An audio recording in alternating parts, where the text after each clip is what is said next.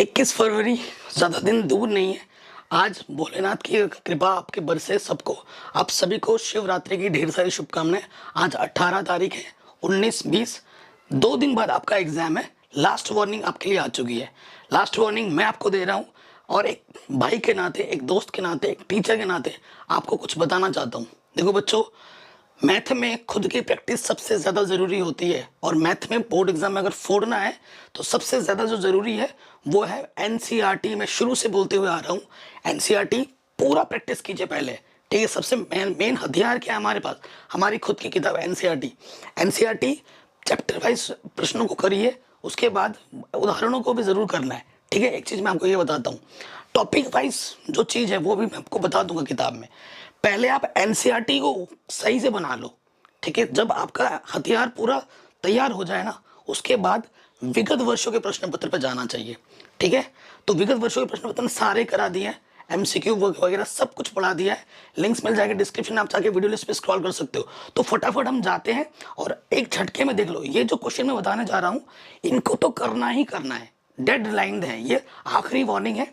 2 दिन का समय बच रहा है, इन 2 दिन में ये पहले निपटाओ। पहले इनको निपटाने के बाद आगे क्वेश्चन आपको करने हैं। चलिए फटाफट देखते हैं। चैप्टर नंबर 1 देख लीजिए। सबसे पहले जो इम्पोर्टेंट क्वेश्चन है ना, एनसीईआरटी को तो पहले करना ही करना है। ठीक है, यहाँ से एक क्वेश्चन आ सकता है बहुविकल्प में, ये वाला देख लेना। उसके बाद उदाहरण नंबर 1 कई बार पूछा गया बोर्ड एग्जाम में, इसको कर लीजिए।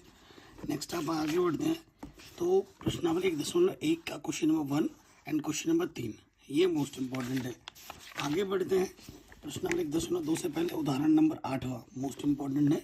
और प्रश्नावली 1.2 है ना, उसका गुणनखंड करने के लिए आ सकता है 1 नंबर में बहुविकल्पीय प्रश्न में। और उसके साथ साथ क्वेश्चन नंबर 4, ठीक है, 5वां और 6वां मोस्ट इम्पॉर्टेंट है। आगे बढ़ते हैं, प्रश्नावली 1.3 में क्वेश्चन नंबर पहला और दूसरा आएगा ही आएगा 100%। और उसके बाद शांत की बात करें तो ये सारे क्वेश्चन कोई सब एग्जाम में आ सकता है। चैप्टर नंबर 2 आपके सिलेबस में नहीं है, परंतु शून्य को योगफल, शून्य का गुणनफल क्या होता है, ठीक है, बिना शून्य निकाले उस पर क्वेश्चन आएंगे जरूर बहुविकल्पीय प्रश्न में। ठीक है, ये ध्यान से देख लीजिए। चैप्टर नंबर 3 में आ जाइए बच्चों। इसमें क्या है ना, सबसे पहले चीज 3.1 मत पढ़ना, ये जो टेबल है इस पर आधारित प्रश्न जरूर आएगा 100%। ठीक है, और इसका जो ग्राफ का क्वेश्चन है, जैसे उदाहरण नंबर 4 मोस्ट इंपॉर्टेंट है, इसको कर लीजिएगा। और संगत असंगत छाटने के लिए आ जाएगा, अनुपातों की तुलना करके question number 3 most important. Chapter number question number 7वां भी कर लीजिएगा। ठीक है, मोस्ट इंपॉर्टेंट है। प्रश्नावली 3.3 में आ जाते हैं तो प्रतिस्थापन विधि से हल करने के लिए पहला क्वेश्चन, ये दूसरा क्वेश्चन इंपॉर्टेंट है। और ये दूसरा क्वेश्चन m का मान निकालना, ये इंपॉर्टेंट है। ठीक है, 2 संख्याएं का अंतर 26 है, एक संख्या 2 से 3 गुनी बड़ी है, ये वाला क्वेश्चन बहुत इंपॉर्टेंट है। भिन्न वाला प्रश्न इंपॉर्टेंट है, आयु वाला प्रश्न इंपॉर्टेंट है। ठीक है, और ये 2 व्यक्तियों की आय इतना है, खर्चा इतना है, तो ये उदाहरण नंबर 11 मोस्ट इंपॉर्टेंट है, पूछा गया बोर्ड एग्जाम में। प्रश्न नंबर 3.4 में क्वेश्चन नंबर दूसरे का तीसरा पार्ट इंपॉर्टेंट है, प्रतिस्थापन, विलोपन और वज्रगणन, ये विधि तीनों आपको आनी चाहिए। ठीक है, इनमें से कोई सब एग्जाम में आ सकता है। अब हम बात करें प्रश्नावली 3.5 में, तो ये वाला क्वेश्चन दूसरे का दोनों part, first part second part. और ऐसा एक एग्जाम में क्वेश्चन आ जाएगा और पूछेगा कि इसको किसी एक विधि से हल कीजिए, वज्रगणन, विलोपन, कुछ भी बोल सकते हैं। और यहाँ से ये जो कोई क्वेश्चन आता है 5वां और ये 6वां, ये क्वेश्चन आएंगे 6 नंबर में, मोस्ट इम्पॉर्टेंट है। और ये मोस्ट इम्पॉर्टेंट है, हर साल आते हैं। या और ये उदाहरण 19 most most most most important है। ठीक है, और प्रश्नावली 3.6 में आ जाओ तो ये क्वेश्चन नंबर 8वां, 7वां और ये ऋतु वाला, ऋतु धारा के अनुकूल, ये क्वेश्चन जो है बहुत इंपॉर्टेंट है। चौथे चैप्टर में आ जाइए। चौथे चैप्टर में क्या है ना, द्विघात समीकरण है या नहीं है, ये वाला क्वेश्चन। ऐसी 2 संख्याएं ज्ञात कीजिए जिनका योग 27 हो, गुणनफल 182 हो, ये क्वेश्चन इंपॉर्टेंट है। और गुणनखंड विधि से मूल ज्ञात करना, ये देख लीजिएगा, क्वेश्चन नंबर 4 और क्वेश्चन नंबर 1। और उसके साथ साथ कुटीर उद्योग में ये प्रश्न बहुत इंपॉर्टेंट है। आगे बच्चों इनको कर ही लेना। आगे बढ़े तो ये वाला जो प्रश्न है, निम्नलिखित समीकरणों को हल कीजिए, मोस्ट इम्पॉर्टेंट। प्रश्नावली 4.3 में ये क्वेश्चन बता था, 3 वर्ष पूर्व रहमान वाला question, very very very important. ठीक है, क्वेश्चन नंबर 1, द्विघात समीकरण के मूलों का अस्तित्व हो तो उन्हें पूर्ण वर्ग बनी विधि से ज्ञात कीजिए। ये वाला मोस्ट इंपॉर्टेंट है। 7वां क्वेश्चन बड़े नंबर में, ठीक है, दो संख्याओं के वर्गों का अंतर, ये इंपॉर्टेंट है। 2 पानी के नल और 8वां क्वेश्चन बहुत ज़्यादा इंपॉर्टेंट है। और ये 11वां क्वेश्चन, यहाँ से 2 क्वेश्चन बहुत ज़्यादा आते हैं। एक क्वेश्चन आएगा ही आएगा बड़े नंबर में। उदाहरण नंबर 18 मोस्ट इंपॉर्टेंट है। और प्रश्न 4.4 का क्वेश्चन नंबर 1, क्वेश्चन नंबर 2 दोनों इंपॉर्टेंट है। 5वां चैप्टर सिलेबस में नहीं है ना। अब आ जाओ 6ठे चैप्टर में। देखो बच्चों, प्रमेय 6.1 6.8 का प्रूफ होना चाहिए। पाइथागोरस प्रमेय, थेल्स प्रमेय का प्रूफ आपको आना चाहिए। यहाँ से कोई प्रूफ जरूर आएगा, ठीक है। प्रश्न 6.6 में सभी ये जो रिक्त स्थान भरने वाले प्रश्न है ये कर लेना। आगे आ जाते हैं, उदाहरण की बात करें। उदाहरण नंबर 3 मोस्ट इंपॉर्टेंट है। यहाँ से क्वेश्चन एग्जाम में आते हैं। और उसके बाद प्रश्न नंबर 6.2 का ये क्वेश्चन नंबर 1 और 2 ये इंपॉर्टेंट है, ठीक है।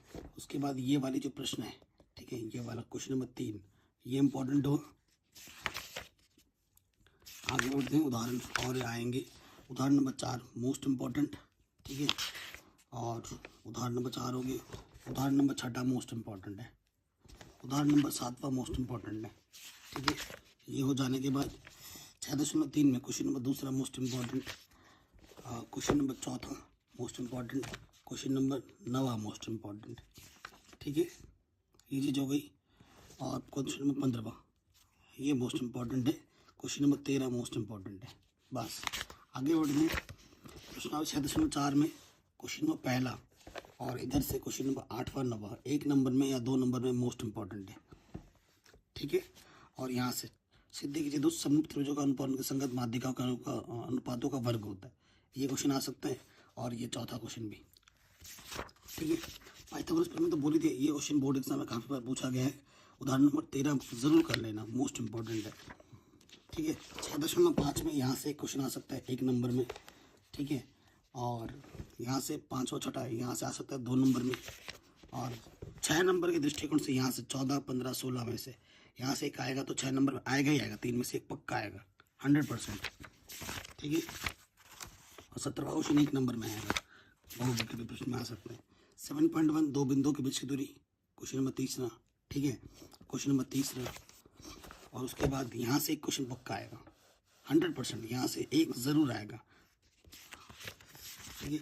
उसके बाद 7.2 में आ जाओ, क्वेश्चन नंबर पहला दूसरा मोस्ट इम्पॉर्टेंट, ठीक है। क्वेश्चन नंबर 4 5वां तो वेरी इंपॉर्टेंट है, हर साल आने वाला प्रश्न है। और फिर ये 6 फिर आ जाओ त्रिभुज का क्षेत्रफल, तो क्वेश्चन नंबर 7.3 का त्रिभुज का क्षेत्रफल, पहले का पहला पार्ट दूसरे का पहला पार्ट अंग्रेज वाला है ना। 8वें चैप्टर में आ जाओ। 8वें चैप्टर में बच्चों ये 8.1 का पहला क्वेश्चन, क्वेश्चन नंबर 4, ठीक है। Question number 6, question number 7 most important है। और क्वेश्चन नंबर 10 8.2 में आपको सारा आना ही चाहिए। ये कोई सा भी यहाँ से आ सकते हैं, प्रश्न 8.2 से कोई सा भी। 8वां क्वेश्चन उदाहरण नंबर 8वां उदाहरण नंबर 7 इंपॉर्टेंट है। यहाँ से क्वेश्चन नंबर 3 मोस्ट इंपॉर्टेंट है। यहाँ से एक क्वेश्चन MCQ में तो पक्का आएगा, बहुविकल्प में पक्का आएगा। 8.3 में आ जाओ, तो ये पहला क्वेश्चन, ठीक है। ये तीसरा क्वेश्चन, यहाँ से एक क्वेश्चन 1 नंबर में आएगा बहुविकल्प में।